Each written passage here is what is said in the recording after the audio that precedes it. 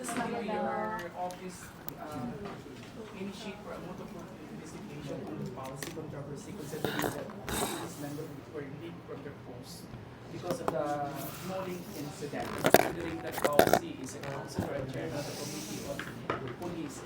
What is the view of the mayor's office regarding this controversy?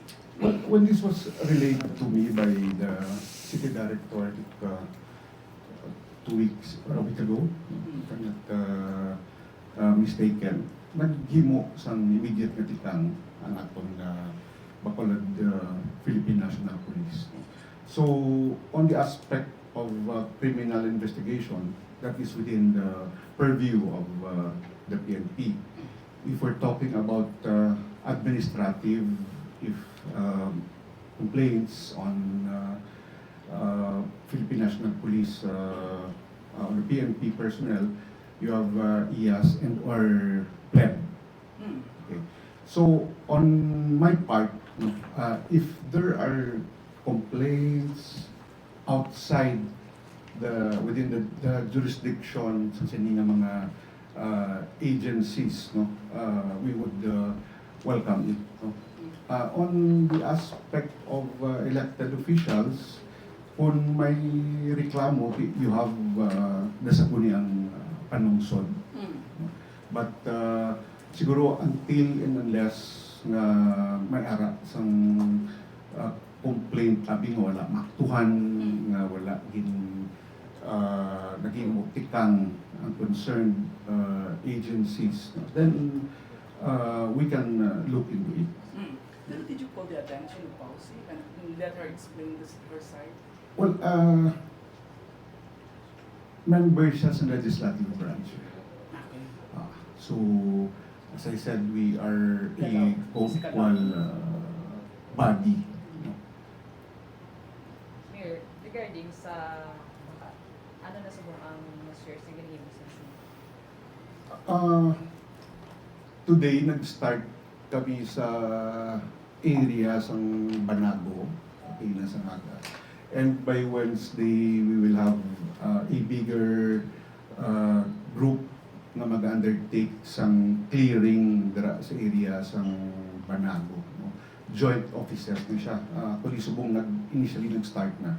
But nag-mobilize pag kami kaina, no? And a meeting with the different departments of the city na mag-reinforce pag over and above sa ginhimo sang city engineer's office, no? So with Engineer Loben. So we have DPWH, nag-joint inspection dila sa Sabado. Then nag-request kami sa iba ng mga departments, no? Kung may ara ng mga personnel nga wala sang duty, would volunteer their services starting Wednesday, i-reinforce pagin naton para mas madasig ang clearing sang Banago River. Although what we're discussing right now is not yet ang sa sang suba, but sa sulod. Okay, we have pictures to show ang sa Taytay sa Banago, silted na gidya kayo. Ang agyan sang tubig siguro, doon ako makalabot 1 foot. Less than a meter. Less than a meter na lang ang agyan sa tubig na nagaling sa Bata, galing sa Santa Clara, galing sa Mandalagan na naga-pass through sa floodway. No? So we started cleaning this up today, no? And then we'll increase the operations as time goes by. No? Hopefully by Wednesday, we will have a bigger team pagid na mag-limpyo, no? Sa Banago River. Aside from that, we also were able to identify for the past few days areas nga nag-cause ang pag-clog sa tubig, no? Isa na ang sa Taytay sa Banago. Then may isa man pong ginpa-check sa city engineers kag DPWH. Diri naman siya along Banago or San Juan Road, no? Sa Banago. Because I remember may ara sa una ginhimo ang DPWH na drainage na dako na supposedly ang tubig galing sa Domingo Lacson dira nga dagwa, no? When makamba kita Domingo Lacson part Santa Clara dira na dagagwa. So just this morning, ara na ang complete details kay Engineer Loven, ang itsura sang drainage, ang itsura kung anong gitbutang, which initially kung ang taon mo, ga constrict sang flow sa water na nagahalin diri sa area sang Santa Clara kag Domingo Lacson. Then isama na kinalang taon naton ang Madalagan River.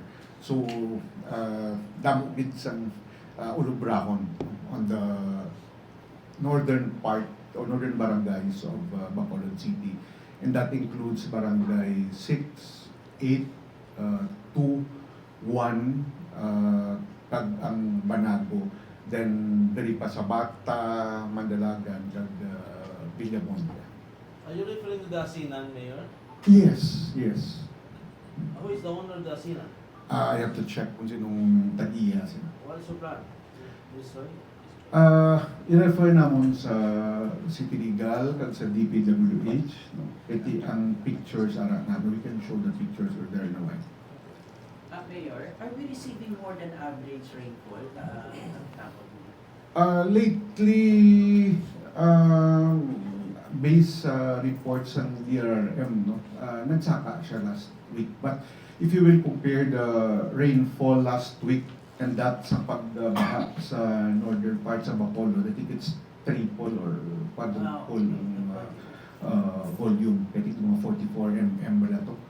Along this line, Mayor, ng ano atong panawagan sa atin ng Tumuduyo, buying sa sining ng pag-plug sa mga waterways na?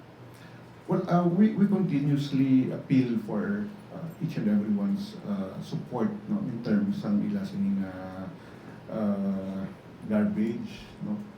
Number 2, siguro ang awareness ng tanan nga ang baha nga nagakatabo diri sa aton sa Bacolod, hindi na niya kis Bacolod, meaning almost tanan ng mga highly urbanized cities, provinces, experience in Subong.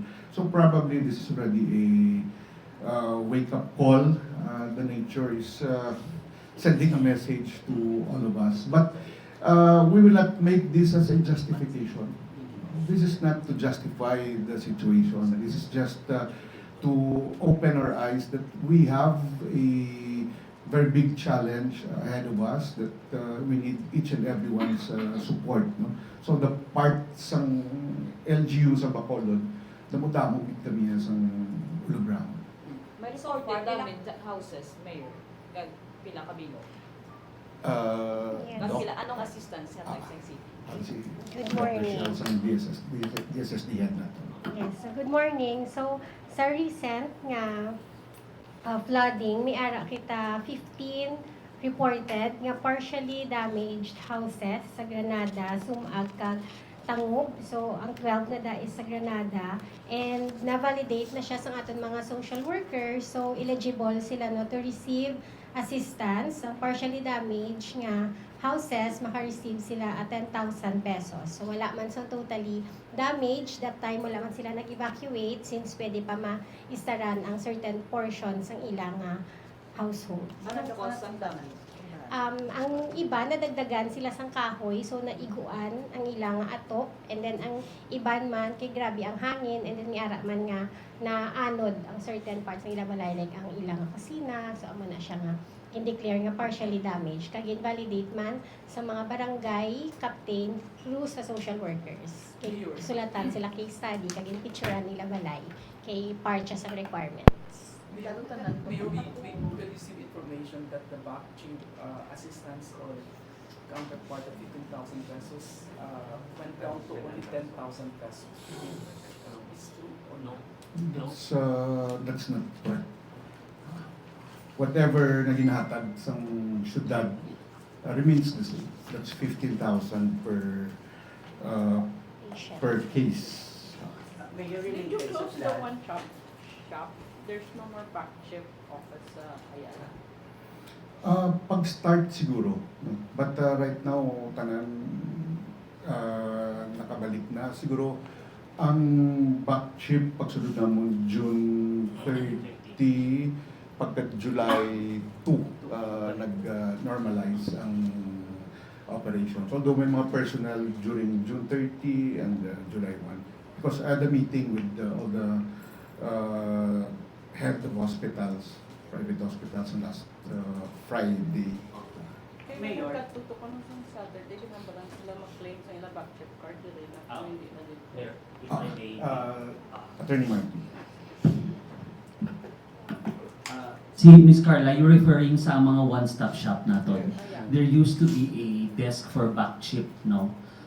Right now, since kulang pa kami sa personnel sa back chip, wala pa kami naka-resume sa printing of membership cards because we are actually issuing new cards na may new signature na ni Mayor Greg. So, but the old cards are still valid. They can still use the old cards. It's just that ang mga new registrants for the back chip, they will be issued a new card as well with the signature of Mayor Greg. Pero even wala ka mo back chip cards, if you get admitted sa hospital, you just approach the back chip desk. Pwede ka mo i-register dayon yan. Even without the cards, you can still avail of back chip. Ilang total number, ang total beneficiaries ng back chip as today? For today, I'll get the numbers lang to be exact. After this press con, I'll get to you. But we are still ongoing ang among memberships ng back chip as long as qualified lang sila. So there really is a delay in the release of the card. Just for the delay sa release ng cards. But that doesn't mean that they cannot avail. Okay, even without the cards, as long as they're registered, they can still avail of back chip. Mayor, related sa flooding yapon, may ara kita nga identify nga urgent areas, families nga kinahanglan nag-relocate na gid sila. We already asked BHA na mag-prepare sa lugar ng Bulutangan because may ara na ginpang-identify ang different departments na nag-undertake since ng Ginelovin. How many families dito? Actually, ang first nato niya sa amon side, gin-identify namon ang mga families nga ara sa creeks nga especially in Manbulok. So siguro ang data sini since na-tag na ni sa ni BHA ang exact number sa kay BHA ta, but we pointed out to Mayor nga mo siya ang mga critical nga areas para ma-mitigate niya ang mga flooding. And then yeah. Ang sa Mambulok Creek may ara to sa lapit sa outfall gid. Ara gid sila sa tunga ya ang balay. So estimate nga mo guro hindi magnugo 50 to 100, but si BHA may data sina.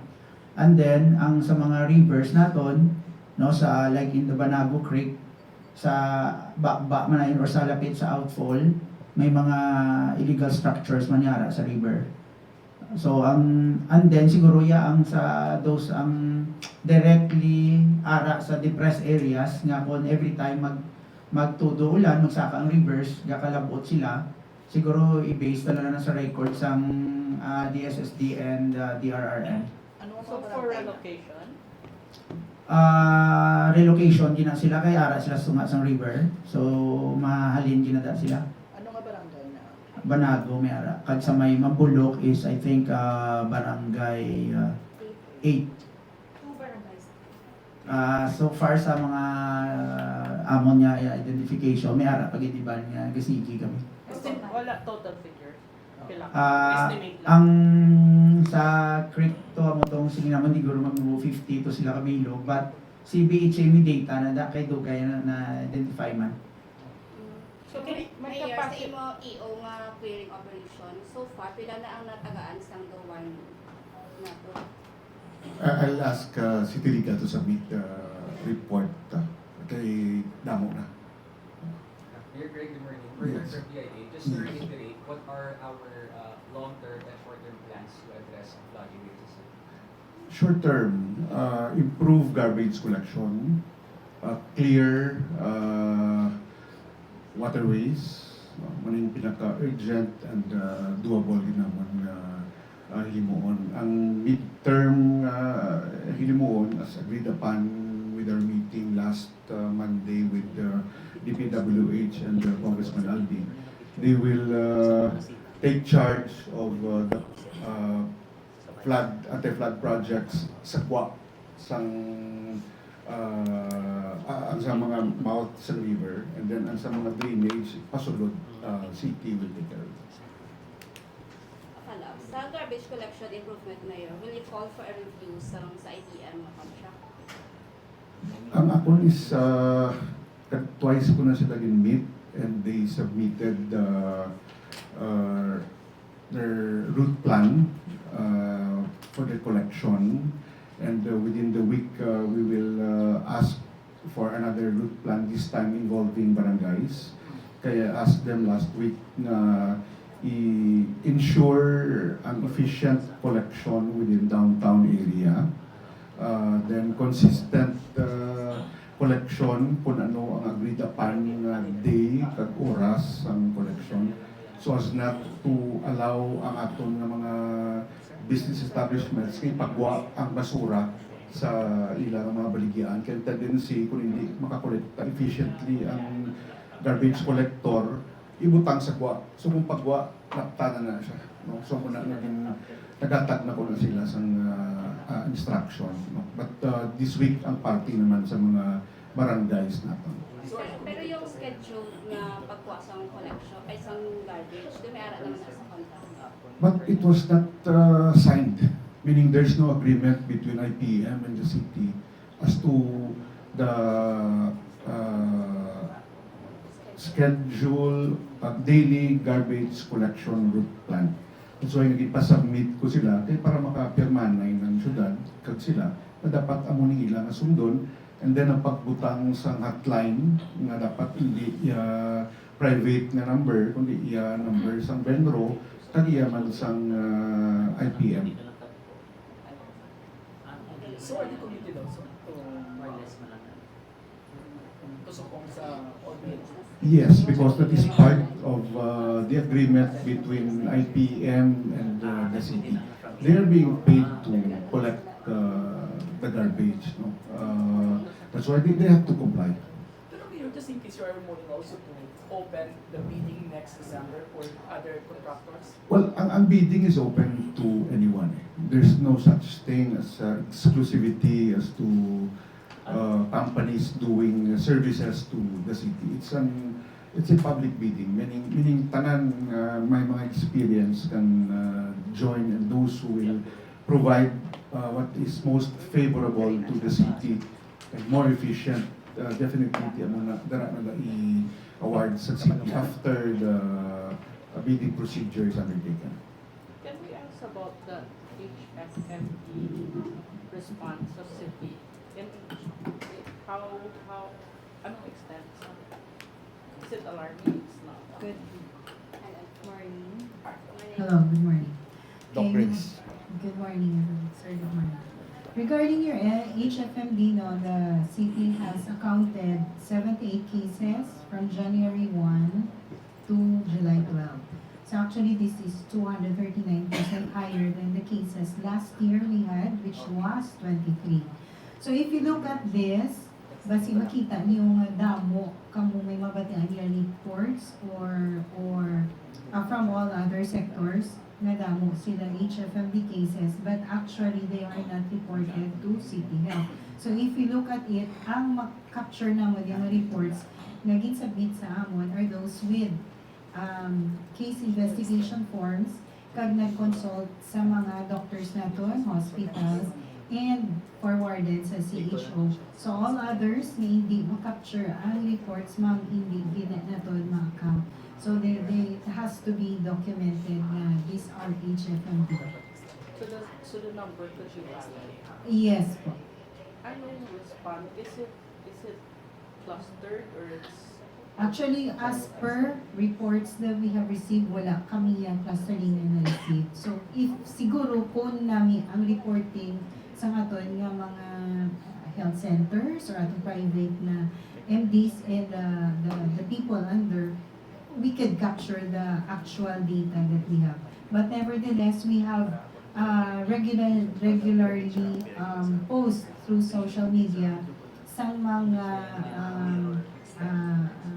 information campaigns on to what is HFMD, how we can avoid it, how can it spread. And of course, we have coordinated with DepEd, especially with DRM nila and the medical officer nila. And they have already pledged that they will continue to monitor some cases in the schools. Monkeypox siya, why? Mpox, we have wait.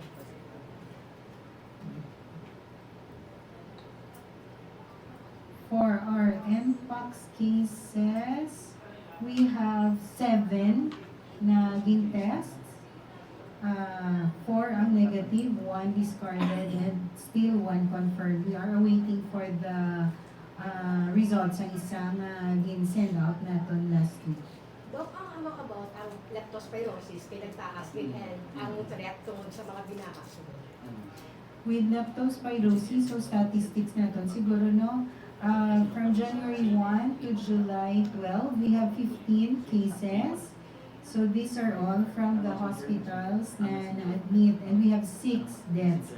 So this is 50% higher sa cases natin last year, which was 10 with 4 deaths.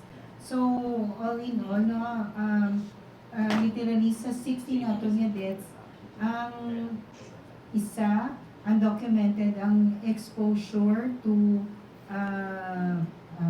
flood water and exposure sa contaminated water. Ang 2, I think, may history of swimming sa river, sir.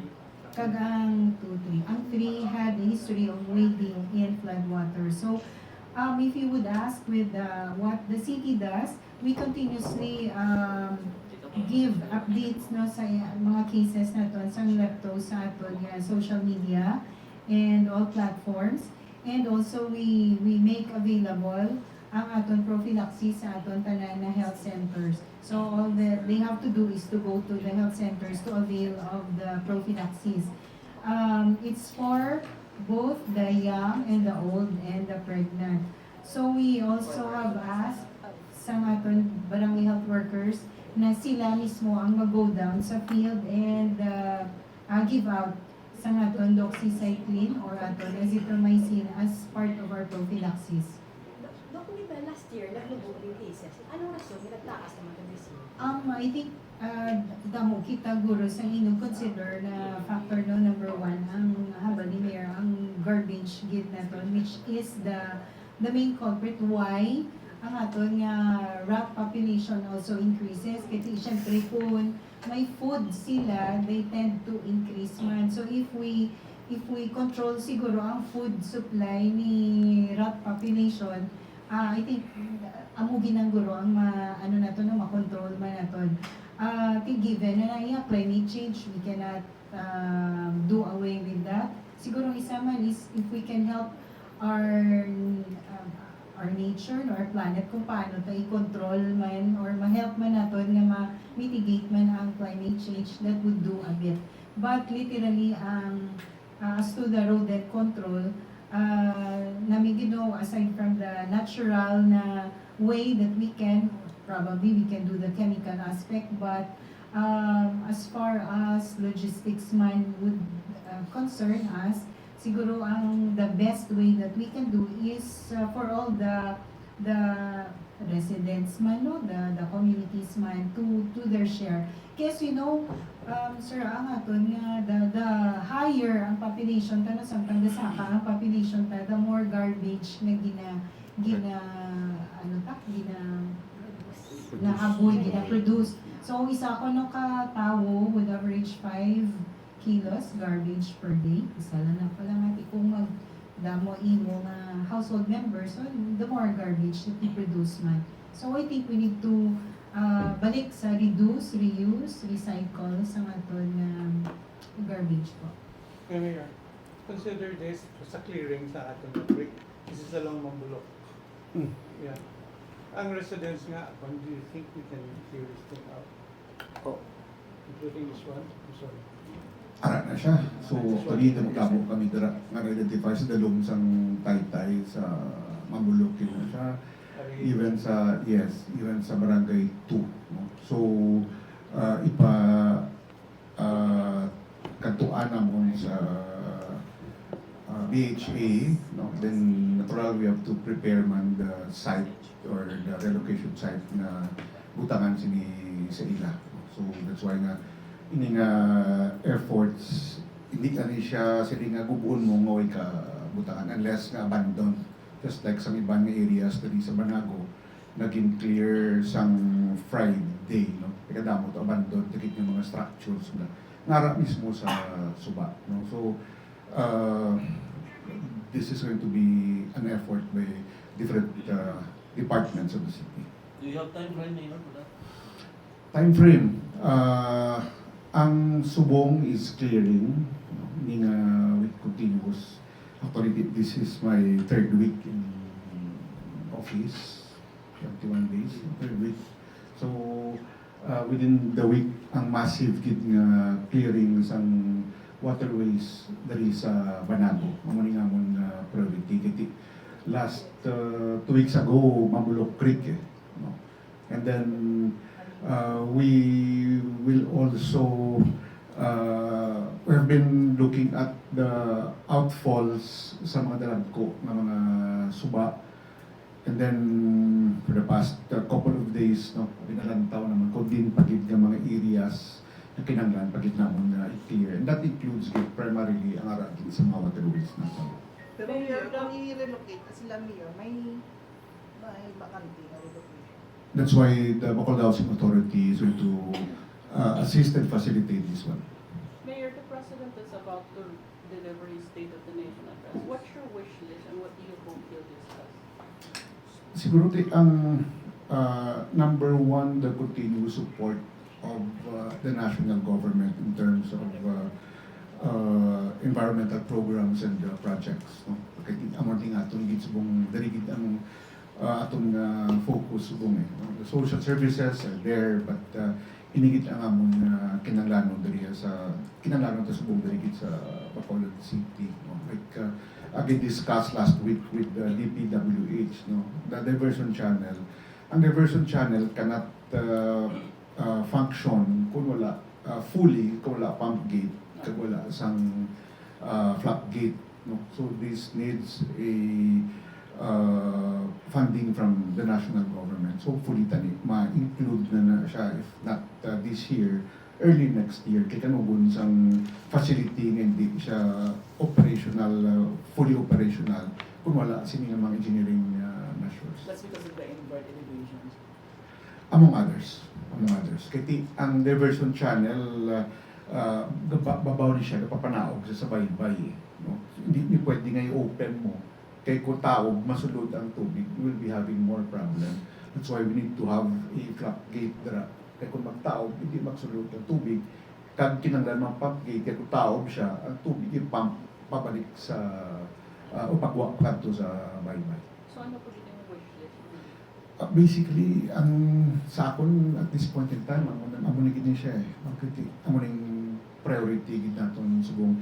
Kaya ang garbage collection natin, this is the obligation and responsibility of the city. But as to environmental projects and programs na is being affected because of the environmental situation, hindi na rin masarangan sa syudad. Are you invited? This one? Automatic na siya. You will attend them? Yes, yes. As a member, as a former member of the House, may automatic na invitation. So, ma-attend ka, Mayor? Most likely until unless circumstances will tell me na hindi ko mag-attend. But I'm hoping na okay lang ang tanan dito sa Bacolod. Mayor, Mayor. kasi kung pwede ka makasabag ko si Dr. Sige ang atong inspection sa mga water stations, no, sa quality sa tubig, pero may random taga-check sa mga container na once magwa na sa ila. Kay experience namon, kaya pila na kami mag-ibis brand, may galong tao gina sa sulod sa container. So maybe may inspect man na ano, or to a lot of logistics will be needed to do that. Actually, with regards sa imon na containers. Yeah. Ang containers sa sir, medyo mabulubod na on our part, random inspection. Kaya once it goes out to from the station, budlay na yan naman matrack, hindi na siya nagkanto di na siya stay longer? Does it stay longer outside sa station? Nagtinid na siya, nainitan na siya? Or pag-abot sa imo balay, wala mo man siya dahil consume, including ang pag-transport niya. There are a lot of factors as pwede na makonsider why may mga lumot na siya or any other particles na gatinir sa iya container. So, it would be best na for consumers to check gid sa iyang quality of water once they receive that, kung ma-deliver na siya. But we will be having a local water quality monitoring council meetings I think second week of August. Kay they change ang aton nga sir, we have the Baurausa, the Bacolod Water Refilling Station Association, which was reformed last year, no? Last year, 2023 pa yata. So I think they had a re-election sa officers nila recently, so they will be included na sa Local Water Quality Monitoring Council. So we will be meeting sa, I think ang schedule naman would be on the second week ng August. And we will be reiterating ang mga problems with regards sa selling sa water. Kaya ang isa taguro ka problem would be the reselling na ginatawag na mag-produce si water station and then somebody gets it, ibili niya sa Changi and then the people comes in and buy. Sometimes, ang problem is si buyer gina-transfer huwad lang sa ila own water without exchanging kaya si reseller doesn't want to lose their containers man kiti pag-o ina something like that. So, one of those na dapat i-address na to kag with regards, siguro that would be the responsibilities ng water refilling station niya, ensure niya ang good state sa iyang containers. So we will be, ang isa naman niya is, we've asked na the barangays na i-monitor nila on their end sa mga water stations without permits. And then they will submit to us and also sa BPLO for joint inspection, and then we will be submitting it na sa City Legal for implementation na sa closure. More or less how many stations we have at work? Ang with permits ng Sir Hakay, we cannot account exactly as to how many, no? Kaya there are stations nga to sa mga kilid-kilid, so nga aton SIs cannot identify that, but it should be identified by the barangays. So far, ang 2024, we have around 200 plus ng with permits.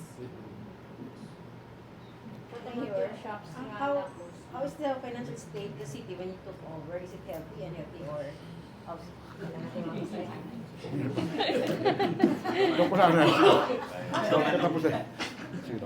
May question. Oh, sorry. Follow up. Kung may closure ka, pila ka shops ang close na sa Ang na-close, that still has to be monitored pa by the barangay. Dapat sila ang makakita first hand if those na din close, still open. Kay kung on our end sa city good na yan, kita yung mag-lighot sila. So dapat si barangay, that's why we are advocating for the help with the barangay to do that part on their level. Kay Mayor lang. How is the financial state of the city when you took over? Is it healthy and healthy? Yeah, so far we have good collection. Ang City Treasurer's Office na had a meeting with them this morning.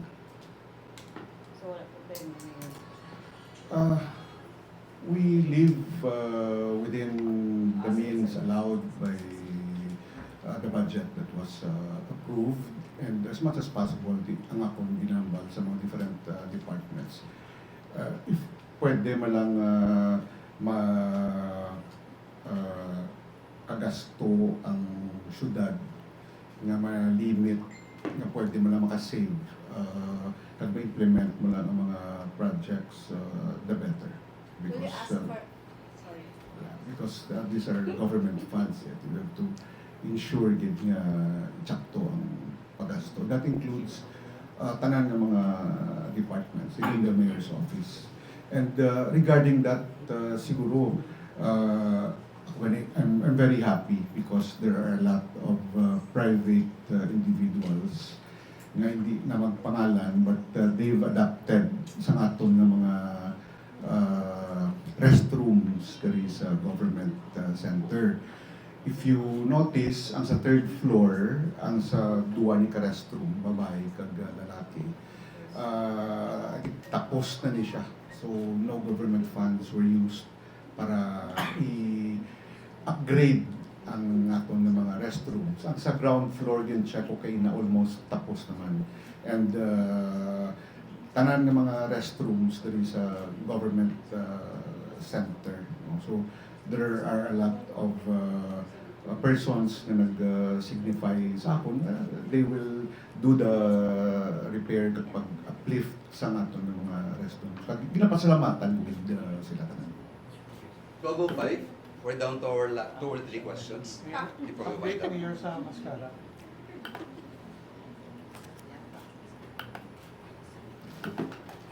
Mascara. Mascara. We will request an authority from the Sangguniang Palungsod for me to sign the memorandum of agreement with a foundation will be the one to spearhead Mascara 2025. So we'll just call for a press con probably hopefully by Wednesday, for them to announce kung ano ang mga ilimuon. But we'll first write the Sangguniang Palungsod for for the memorandum of agreement. Mayor, nag-commit ang city to provide a property sa DOH to open sa Bukas Plus Center. Yes, Sa tingin ni it's Mayor? at the old DAR building sa Barangay 14, sa Dawis. The funds are already there coming from the city. And simultaneously, aside from the construction of that Bukas Plus project with DOH, may himuon man nga multipurpose center sa tupad ng mismo sa na compound. Ang bukas ni siya do. Yes, to wait please. So, ang bukas will be spearheaded by Corazon Locsin, our partners. They will be giving out services na pwede hindi na magdiretsyo with Corazon Locsin directly ang patients. No? But we have also plan man nga may kita provisions kita no sa tupad nga may kita for our health center. Ang aton San Juan Health Center will also be constructed sa tupad nila. So hopefully mabukas na soon. May target. We are waiting lang for the authority from the Sanggunian. We already requested them, ang MOA with the SP already. So once maghatag na sa authority, then I can sign already the memorandum of agreement so that the city can proceed with the construction of that Bukas Plus. Bilang budget may 50. Kaya to 50 engineer. ang allot na mayor. 50 million. The city allotted 50 million for the construction of the Bukas Plus. Thank you.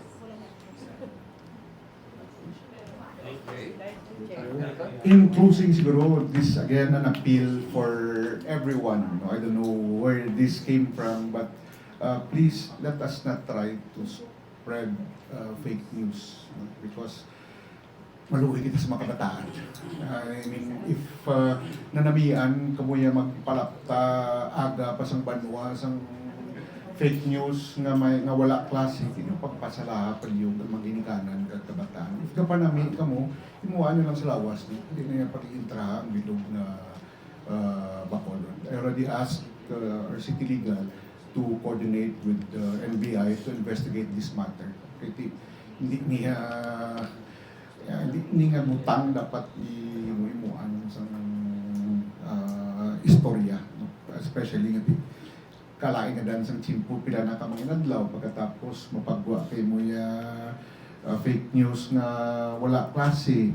I mean ang chaos kag ang anxiety bilang ihatag sa ginikanan kag sa kabataan. So please again, appeal gid kami no sa tanan nga hindi ka na lang paghimuha. Kung nanad ka mo mag-fake news sa ako na lang. Hindi na yung pag-intra ang mga kabataan, especially ang klase. Mayor, kung sa social media sila mabase, at diin sila makanso, mga page. Well, ang una gid gina-announce ko ever since di ang akong page gid ever since dara mi ko kapag sa tanan kong mga announcements. Sama ng basta.